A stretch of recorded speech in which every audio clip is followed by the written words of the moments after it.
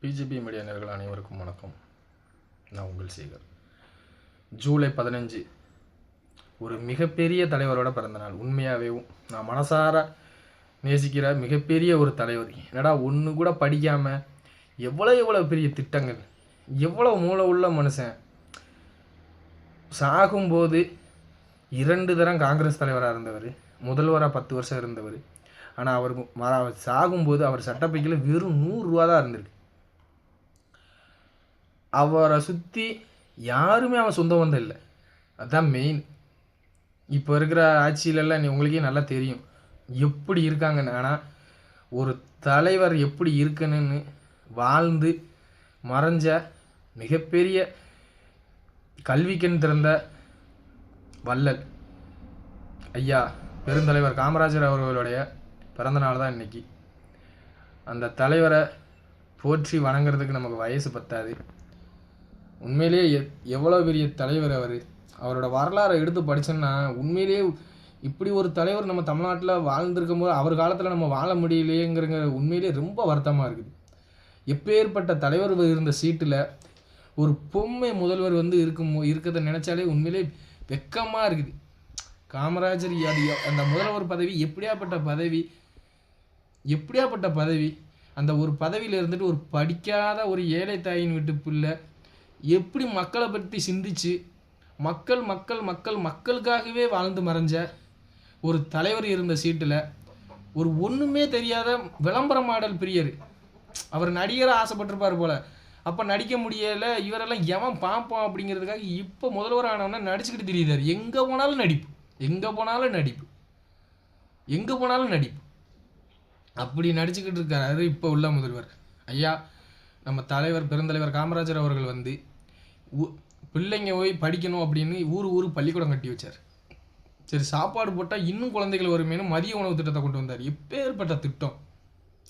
ஒரு படிக்காத ஒரு மனுஷன் இப்படி திங்க் பண்ண முடியும்? சரி, நம்ம ஒரு இத்தனை கிலோமீட்டருக்கு ஒருக்க ஒரு தொடக்கப்பள்ளி கட்டி விட்டோம்னா, தொடக்கப்பள்ளி மட்டும் கட்டி விட்டால் பத்தாது, அவங்களுக்கு மதிய சாப்பாடு கொடுத்தா இன்னும் ஏழை வீட்டு குழந்தைகள்லாம் நம்ம நல்லா படிப்பாங்கன்னு சொல்லி ஒரு படிக்காத ஒரு தலைவர் என்ன மாதிரி திட்டங்கள் எல்லாம் கொண்டு வந்திருக்காருன்னு பாருங்கள். அது மட்டும் இல்லை, 2 தரம் காங்கிரஸ் இந்தியா சுதந்திரம் அடைஞ்சதுக்கு அப்புறம் 2 தடவை அகில இந்திய காங்கிரஸ் தலைவராக இருந்து 2 முதல்வர்கிற ஐயா காமராஜர் அவர் தான் உண்டு பண்ணி விட்டுருக்காரு. அவர் நினச்சிருந்தா ஒரு லாபி பண்ணி அவர் முதல்வராக ஆகிருக்கலாம், ஆனால் ஆகலை. அப்போ பிரதமராக இருந்த ஐயா நேரு அவர்கள் காமராஜர் நீங்கள் இந்த மாதிரி யாரோ ஒரு அந்த நேம் சொல்லி இவங்களை முதல்வராக போடுங்கன்னு இருக்காரு. அதெல்லாம் இல்லை. அதெல்லாம் ஒரு பிரதமர் சொல்கிறத கூட இவர் கேட்கல. அதெல்லாம் இல்லை. அந்த எம்எல்ஏக்கள் யாரை முதல்வராக சொல்கிறாங்களோ அவங்க தான் முதல்வர்னு 2 முதல்வர்களை தமிழ்நாட்டுக்கு கொடுத்தவர். அதுக்கப்புறம் 1954 தான் இவர் முதல்வர் ஆகியிருக்கார். அப்படியாப்பட்ட ஒரு மாபெரும் தலைவர் வாழ்ந்த இந்த தமிழ்நாட்டில் நம்ம வாழ்ந்துக்கிட்டு இருக்கோம்னு நினைக்கும் போது ரொம்ப சந்தோஷமாக இருக்குது. ஆனால் அவர் அப்படியாப்பட்ட ஒரு தலைவர் இருந்த சீட்டில் இன்றைக்கி ஒரு ஒன்றுமே தெரியாத ஒரு விளம்பர மாடல் பிரியர் ஒரு விளம்பர மாடல் பிரியர். அதுக்கடுத்து என்ன சொல்லணும்னு தெரியல. அவர் போய் ஆட்சி பண்ணணும்னு நினைக்கும் போது உண்மையிலே ரொம்ப வருத்தமாக இருக்குது. ரொம்ப வருத்தமாக இருக்குது.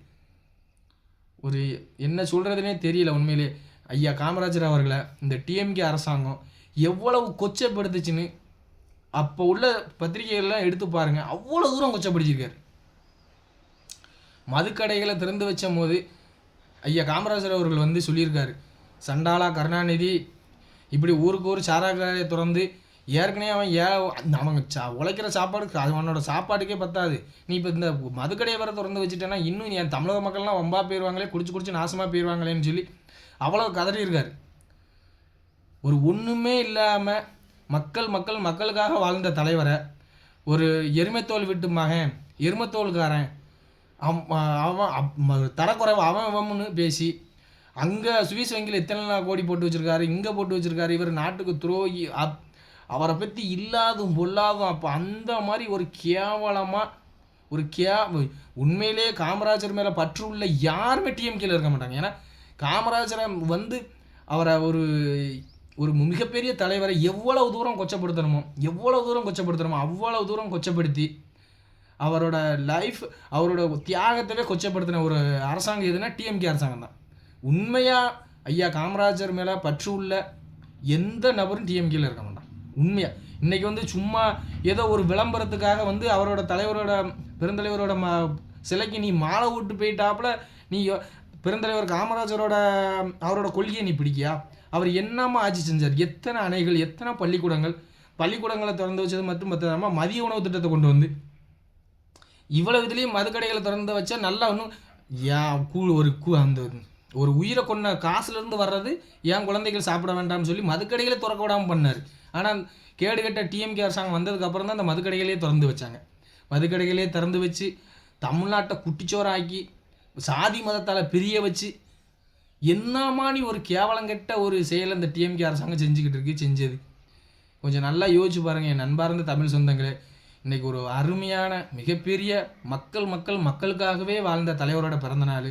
அந்த தலைவரோட பிறந்தநாளில் நம்ம தலைவரோட கொள்கையில் பின்பற்றுவோம். நம்ம தலைவர் எப்படி ஒன்றுமே படிக்காமல் கூட இந்திய சுதந்திர போராட்டத்துக்காக போராடி கடைசி வரைக்கும் இந்தியாவுக்கு சுதந்திரம் கிடைச்சா மட்டும்தான் நான் கல்யாணம் பண்ணுவேன்னு சொல்லிட்டு கடைசி வரைக்கும் சுதந்திரம் கிடைக்கும் போது கல்யாணம் முடிக்கிற வயசை தாண்டிடுச்சுன்னு ஒன்று. சரி, இது வரைக்கும் வாழ்ந்துட்டோம், இனிமேல் மக்களுக்காகவே வாழுவோம்னு சொல்லிட்டு கடைசி வரைக்கும் மக்களுக்காகவே வாழ்ந்து மறைஞ்ச ஐயா காமராஜர் அவரோட பிறந்தநாளில் அவரோட நல்ல குணங்கள் அவர்கிட்ட இருந்தது எல்லாமே நல்ல குணங்கள் தான்.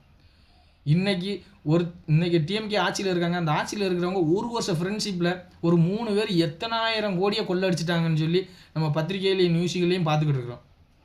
டாஸ்மாகில் மட்டும் அத்தனாயிரம் கோடி ஊழல் பண்ணியிருக்கிறாங்க.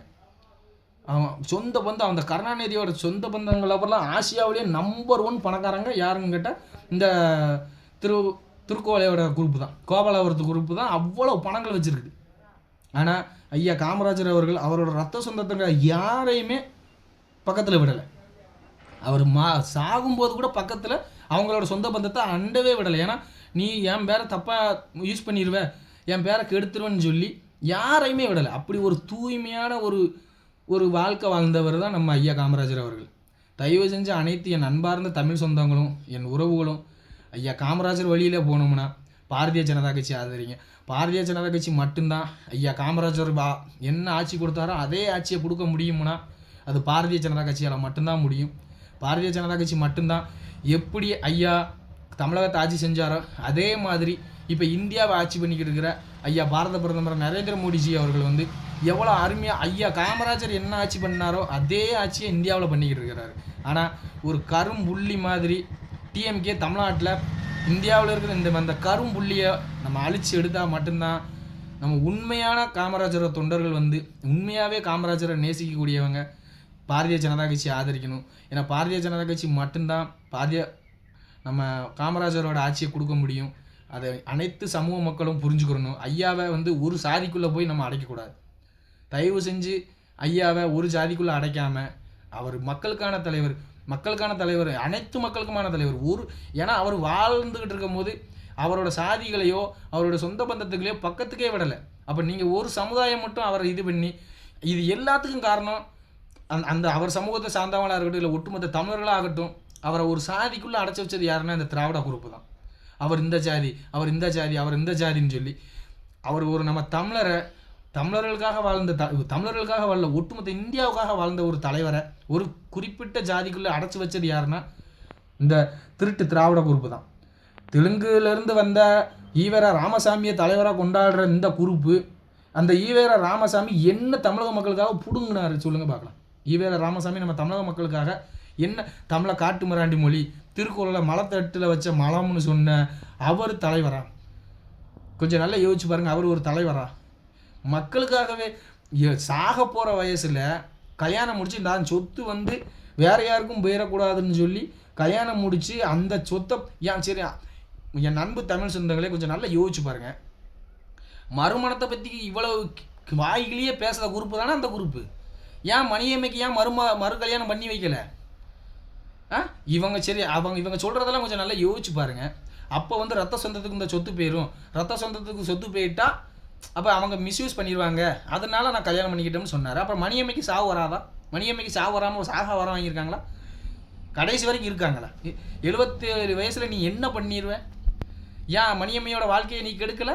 ஏன் மணியம்மைக்கு நீங்கள் மறு கல்யாணம் பண்ணி வைக்க வேண்டியது? ஏன் கல்யாணம் பண்ணி வைக்கல? ஏன் பண்ணி வைக்கல? ஏன்னா நம்ம இதை யாருமே திரும்ப கேள்வி கேட்கல.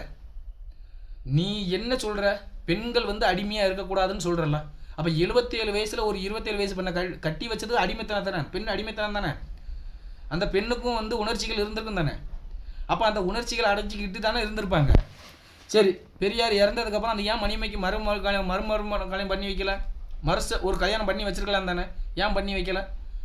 தயவு செஞ்சு என் அன்பார்ந்த தமிழ் சொந்தங்களே, இந்த திருட்டு திராவிட கும்பல் பேச்சை கேட்டு நம்ம ஐயாவை அவர் இருக்கும் போது எப்படியெல்லாம் இந்த டிஎம்கே காரனுங்க கேவலப்படுத்துகிறாங்கன்னு கொஞ்சம் நல்லா யோசிச்சு பாருங்கள். தயவு செஞ்சு நம்ம ஐயாவோட ஆட்சி இன்னும் தமிழகத்தில் நடக்கணும்னா பாரதிய ஜனதா கட்சியை ஆதரிங்க. பாரதிய ஜனதா கட்சியும் அதன் கூட்டணி கட்சிகளையும் தமிழக மக்கள் அனைவரும் ஆதரிக்கணும்னு உங்களை பணிவன்போடு கேட்டுக்கொள்கிறேன். நன்றி, வணக்கம். பாரத் மாதா கி ஜெய்.